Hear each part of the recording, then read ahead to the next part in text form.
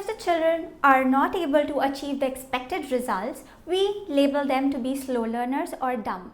If the child is not engaging themselves in activities regularly, we think that they are lazy. And during the lockdown, how do we bring awareness to children regarding COVID or how to take care of themselves? A little bit information about teenagers and how do we deal with teenagers. Let's find out from Dr. Virinchisharma, the expert in psychiatry. Doctor, as a director of Akshara Vaagdevi International School, I would like to ask few questions which are related to child self-image or confidence.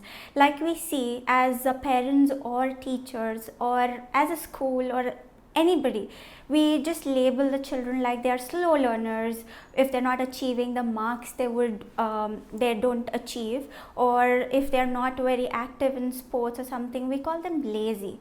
So is there some other reason behind such behaviors or results, or we are simply labeling them that way, and is that labeling affecting their self-image and damaging their confidence? And how do we actually build up that positive image about the children? What is the best way to speak to them? Well, I think this is a very interesting question, and undoubtedly this is something very important, not just for the teachers but even for the parents, because a lot of times we even see parents, calling their children, as, a slow learner, or, they use some bad words, like you're dumb, you're foolish, you're stupid. And undoubtedly all of this has an impact on the child's brain. What we need to understand is, from the age of 1 to the age of 18, the brain is under development, or from birth to the age of 18, the brain is under development.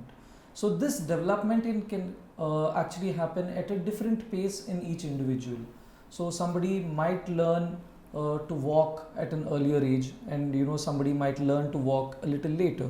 Similarly, it can be with talking or any other motor skills or any other cognitive skills. And we need to understand that this is normal, and this can happen at a different pace in each individual, as common as how the height grows differently, or how the weight improves differently.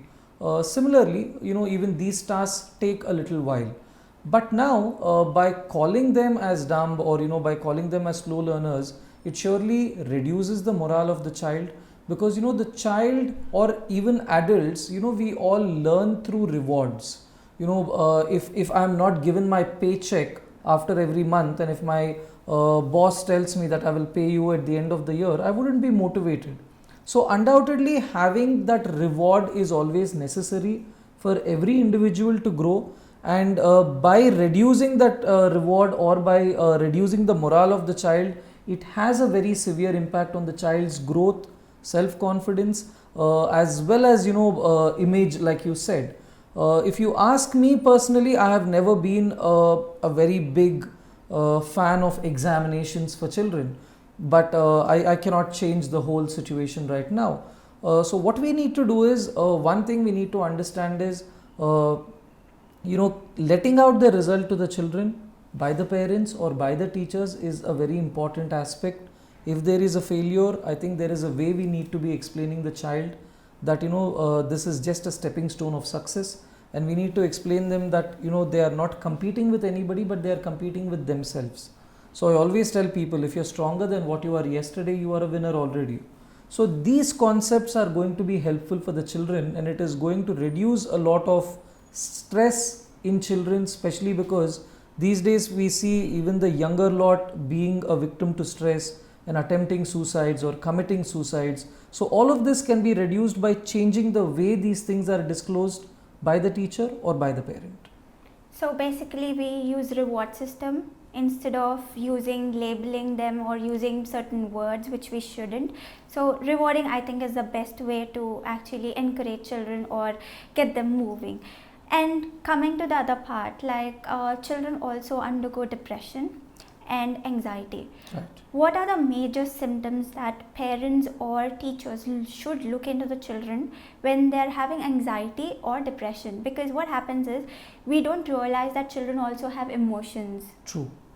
We think only adults have emotions, Right. and we don't often realize that children can also have depression or anxiety or undergoing some kind of trauma. So how do we recognize that in children, and what message would you like to give to the parents or teachers or schools, in fact? Well, firstly, it's a very interesting question because like you said, a lot of times we don't realize that a child, probably a school going child or a college going child, can be a victim for a mental health issue. A lot of times parents are surprised when I tell them that their child is having a particular issue, because they say that why should my child have something like this? I'm giving him everything, I'm providing him everything that he wants. So I think parents should understand that firstly, mental health issues are because of some changes that happen in the brain. These changes can happen because of some internal reasons or because of some external reasons. And when it comes to depression, somewhere depression in children is a little different from depression in adults, because when you see the picture in adults, it's more of sad mood, not wanting to do their activities, or not showing interest in pleasurable activities, at the same time unable to concentrate or focus. But when it comes to children, the mood is a little more different. Instead of the sadness, there can be even be irritability in children that we normally see. So a child who's extremely irritable, who's not wanting to go to school, at the same time unable to finish his tasks, at the same time not able to mingle with his friends, and getting tired easily, that easy fatigue, because especially children have a lot of energy. But if these children are easily getting tired, and somewhere a difference in their biological rhythm also, be it the sleeping time or be it their eating habits, all of them somewhere do hint us that there is a problem happening inside the body. That problem could be related to the brain also. A lot of times, the first thing the parents do is they take them to a physician. And once the physician rules out any physical causes, the parents should not be relieved so easily, thinking that, the physician said there is nothing. They should be even understanding that, the issue could be a mental health issue, which could be leading to the changes, be it appetite changes or sleep changes or energy levels. And if you look at the American statistics, 5% of children have depression. So that's a lot. So out of every 100 students or 100 children, 5 people have a depression. So it is one of the commonest things, and it is better to identify it as early as possible, because the treatments are easier when we look at them. When it comes to anxiety, again, fears about going to schools, or fear about a particular teacher, fear about friends who or colleagues who bully them. Because of that fear, avoiding going to places like schools or colleges or tuitions.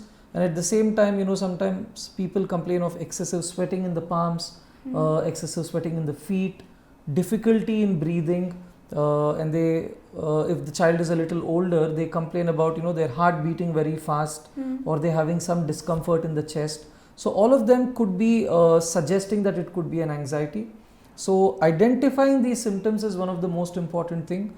In common words, I always tell the parents, if there is any deviation from the normal, suspect that there is some abnormality happening inside. It could be a physical cause, it could be a psychological cause, but following that deviation of normalcy is the most important thing, which will help us identify. That's a great thing that you've told. Like, most of the time parents think that he's dumb, he's stupid, he's not getting up, he's lazy, he doesn't go play outside. They just keep telling. I think as teachers also, as schools also, sometimes we tend to, because we want to reach that expectations of the societal pressure of being the best school or being the best parent or having a best child who's achieving everything, we try to put that anxiety into the children. Right. And then we forget to actually see the outcome coming out in all these symptoms. So keeping that also in mind, will the nutrition also affect the children, like say sugar, excess of salt, or sodas or cocoa. I hear from parents that after chocolate or something, the child acts very hyper, and we label the child again as naughty, or few teachers also label him saying he's having ADHD without even noticing that the child is just hyperactive. Right. So how do we differentiate, and what are the measures we have to take to handle such kind of children? Well, undoubtedly, diet plays one of the important roles in the child's development. And when I say development, it is both the development of the brain and the rest of the body. We usually separate it in talk. That's the reason I'm separating them. Brain is also a part of the body. Like you said, undoubtedly these foods, artificial sugars or sodas, all of them have a damaging effect on the brain. And we have always seen that such usage at a regular base, one, reduce the efficacy of the brain, the effectiveness of the brain, be it in aspects of focus or attention or concentration. And sometimes when this is a little more severe, we have a criteria where we call it as an ADHD. But even if the child is not having ADHD, these elements surely have a damaging effect. And then be it the sodas, they have a damaging effect on the food, on the metabolism of the child. So because of that, we see that people who are even eating less are putting on more weight, or at the same time the growth has not been according to the age. So such issues are again seen because of these artificial foods. So undoubtedly food is something very important.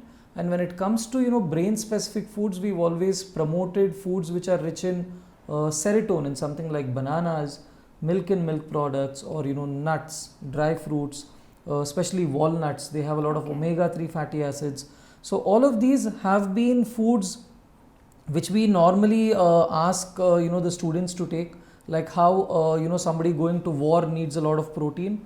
Somebody going to school or somebody studying where you use your brain for a longer time needs a lot of omega-3 fatty acids or serotonin or cerebro-rich proteins. So the foods that we discussed surely have them, and all the other foods that we've discussed, what we call as junk, has a depleting effect on the child's capacity, both physically as well as psychologically. So definitely, with so much of fast foods in the city, country, everywhere, there's McDonald's, there's KFC, there's so much, I think even as adults we crave sometimes and all that. It's very difficult to control, or instead of saying no to the children, is there a better way to just tell them that okay, don't eat chocolates, or don't go to and grab that soda, or better way to explain them? I think one of the important things is when the child is a little more younger, modeling is one of the most important things, because the child learns from the parents. So if the parent is frequently going to the fridge and opening the fridge and popping in something into his mouth, the child knows that there is something edible inside the fridge. And at the same time, even during the lockdown, I have a lot of parents complaining that the child and the father are having regular issues because the child is complaining that daddy is going and eating a lot of chocolates. So the child is observing a lot of things, from the parents, and wants to learn from the parents. So one, if you really want to be that role model, try avoid doing this in front of the child.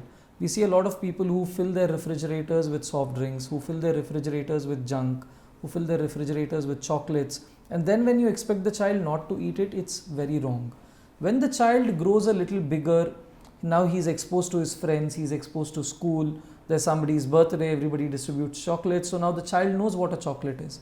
I think it is important that we explain the child that this is not good when taken excessively, and if the child is cribbing for it, I think a strict no should come from the parents. A lot of times these days what we see is parents having a single child, they are very afraid to say no to the parent, to the child. They don't like saying no, and they believe that giving everything the child wants is the right parenting. So explaining the child that this is wrong, this should not be taken, or this has a bad effect on the health is very important. If not the first time, the child is going to keep it in his mind the 10th time or the 15th time, and the child will get conditioned to it where at a point there will be a situation where the child will be able to keep away from it if there is a choice. The child is very hungry and there is something edible and something nutritious and something junk. The child will come to a position, because of repeated conditioning of the brain, that this is something I should not be eating, and now when I have a choice, let me eat something better. So it comes with practice, and the most important, like I said, is modeling by the parents, which is the key. Yeah, I think I agree with what you said. Children actually learn everything from the parents. Like even if you see few habits and all that, True. we think most of them it's genes or something like that, but it's actually the child is learning. True. And it happens as soon as they're born, or probably True. when they are in the womb also. Absolutely. And coming to the point with teenagers, we often see, okay, she's a teenager, now she's in teens, she's very irritating, she's always sleeping, she's talking to the boys, or he's talking to the girls, and she's always on the phone, she's always trying to imitate some kind of actress, or some there's bands, Korean bands, or different models, or girls or boys, they try to behave like them, and they're cranky sometimes. And is it physically, mentally, the changes that are happening making them do that, and how do we deal with it?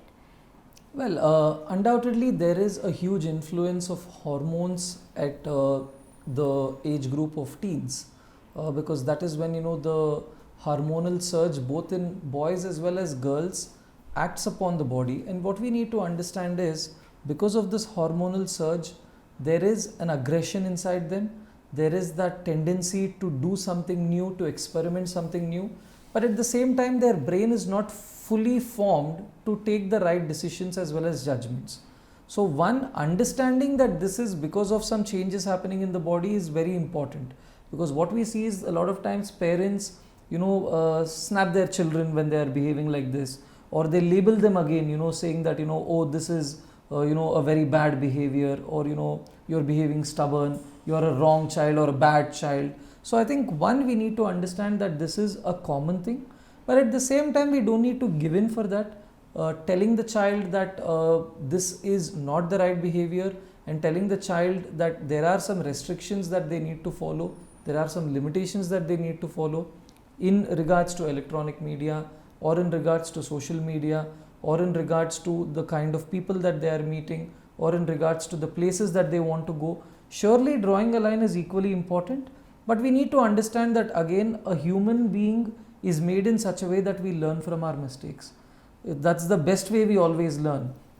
So letting them try out a few things which are not really risky is always good, but keeping an eye on them at this stage is very important. A lot of times what is happening is, once the child comes to the teens, we believe that we don't need to monitor them anymore.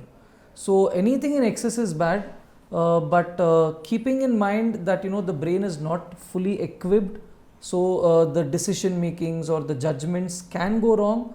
So monitoring them at this point is right, but children need space, because when I say monitoring, whenever it comes to the girl child especially, we have seen that over strict parenting, which has led into secondary depressions or OCDs. So we need to draw a line between that overt monitoring as well as that carefree nature. The child has the right to explore and learn, but in guided environment is the best thing. Like you said, that's a very nice way of saying, the parents have to be very, very watchful at that age, because that's the age when they actually don't know what's right and True. what's wrong, and they might believe people just like that and fall into prey for many such, it could be social media, it could be some kind of spy, or somebody is trying to make use of them or something like that. It's very important for parents also to put forth the restrictions in a very friendly manner. True. For that age, because that age, I think they're not even adults, they're not even children. True. So it's better for the parents to have adult to adult conversation kind of a thing. Right. With the children, and I think, and also give a very strict no's at that time, no social media. Right. After a certain period of time. Correct.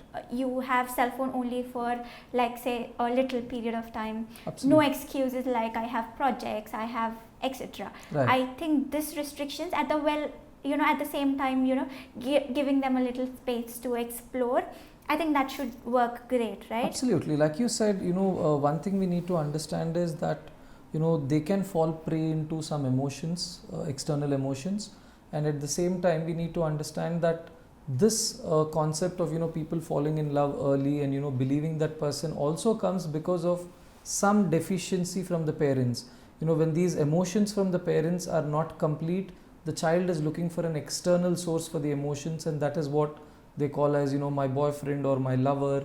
So somewhere parental involvement in the emotional aspect also is equally important. Today parents believe that, I'm able to give all the materialistic things to my child, which is not important. What the child actually needs is your time. What the child actually needs is emotions at this point, which is really important for the development of their personality also. Right. So now that COVID is so like we can't live normally anymore, and we have like I said, lockdown and everything. So how, like, let's take pre-primary children like nursery, LKG, UKG, or till grade 3 at least. They're very naive, and I know children nowadays are really smart, but how do we explain them what is happening around us, and how to be very clean, how to not go to people, because at that age everybody wants to pull your cheek, or just give you a peck or something like that. How to maintain that social distancing, and also at the same time so many deaths happening. So it could be some emotional impact, maybe unknowingly also. True. So how do we explain that to the children? Well, I think one of the most important things is understanding what the child knows about the current situation, because different age groups of children have a different idea about what is happening. The younger ones just know that there is a virus, and they know that they don't need to go to school. They don't know much. Maybe kids at the age of 8 and 10 know that they will get an infection and they will fall sick. Probably they know what fever is by then, so they know that they will fall sick, and it is going to be bad. Maybe when you talk about teens, they know that this virus can be deadly. There can be deaths because of this virus, and this is coming through contamination, or this is spreading from person to person, is what they know. So somewhere, firstly trying to understand what the child knows, and secondly trying to explain only enough information what the child can understand without a panic is really important. Now, if I make an 8-year-old child sit and say, if you go out, you're going to die, it's very wrong. At the same time, children are smart enough, they are already seeing everything on television. So, first asking them how much they know. Secondly, trying to tell them the positives also about it, because everywhere information has been negative, talking about deaths, talking about infections. We need to even say that, there are ways to deal with it. Instead of creating that panic in them, giving them solutions is what the child is actually looking at. The child's brain is, not ready to take so much of confusion. As adults, we ourselves are confused because of the uncertainty of COVID. And, creating the same confusion in the child is not going to help. So, telling them solutions instead of telling them what is happening in the US or what is happening in the China, telling them that this is what you should be doing, be it sanitization, or be it social distancing, or be it wearing masks, or telling them why they should not be going out to play unless they are in a gated community where everybody has been following the lockdown regularly. And at the same time, having conversations regularly is also important. Telling this once and leaving it is not going to help, because the child, from external stimulus, he keeps receiving a lot of information and there's a confusion inside. He might go out of the apartment to play with the neighbor, and the neighbor says something, or some other friend says something. He might talk to a friend on the phone and somebody said something on the news. So all these information is going into his brain. So talking to them regularly, telling them the situation, and telling them that there is a ray of hope, and keeping them positive and active is the most important thing what the parents should be doing in regards to the situation with COVID with children. Like you said, it's very important, only giving them information which is as much as required. Right. Like sometimes we see the news channels, we as adults and ourselves feel so depressed or something like that, because there's so many deaths happening, we can't live our normal lives and etc. I think as a school we have a timetable just on cleaning hands, sanitizing and self-care of the children. So I think it's from the school, and I think it should be everywhere else also. And because we do online classes as well, in online classes we have a separate session. I think this was a great initiative by our principal also, that there are washing hands, they have the timetable, how to wash hands, the technique to wash hands, the 20 seconds or 30 seconds of time.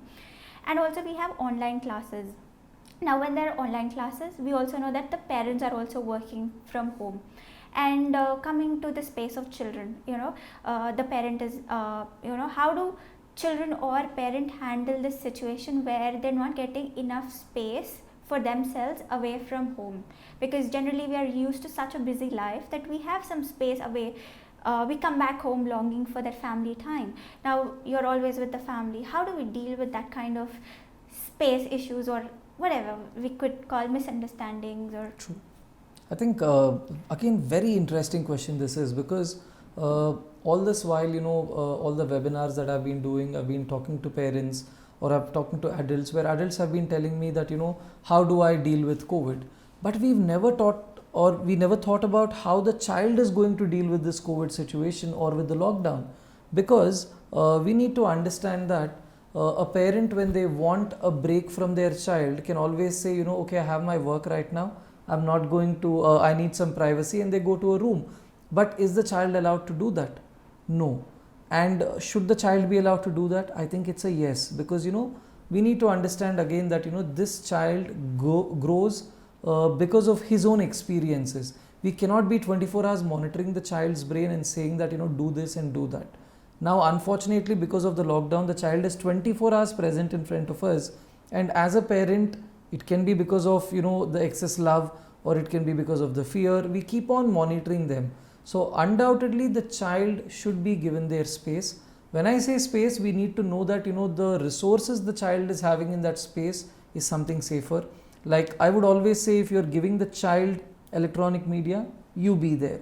But if the child is sitting with his book, or if the child is sitting with his toys, or if the child is sitting with his sibling and playing, well, let them be together.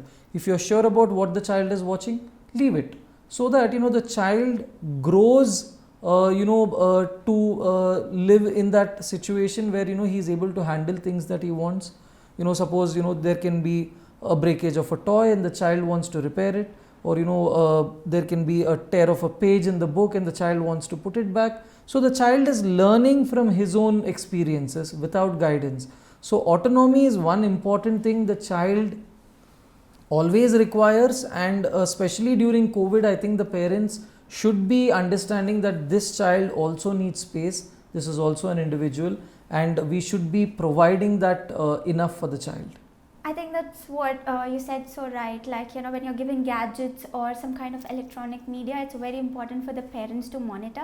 But when the child is with the books or with the toys or just writing something, I think, they need to be given that Absolutely. space. But when they are given gadgets or when they're going through online classes, I think it's very important for parents to be very, very watchful, because internet or it's massive information. We never know what's happening. So it's very, very important for parents to be very, very watchful while having online classes. And last question. Yeah. So it's like children, they go out to play, they have activities, they have karate, they have skating, they have different activities, art and craft and all that. Now that they're permitted just to stay at home, how do we spend that energy in the right way? Because I know a few parents, I think my cousins themselves do a lot of TikTok videos with their children.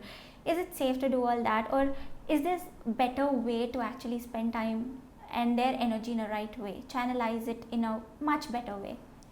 I think one thing the children should understand is, one thing the parents should understand is, physical, mental and social well-being is what we need to be focusing on.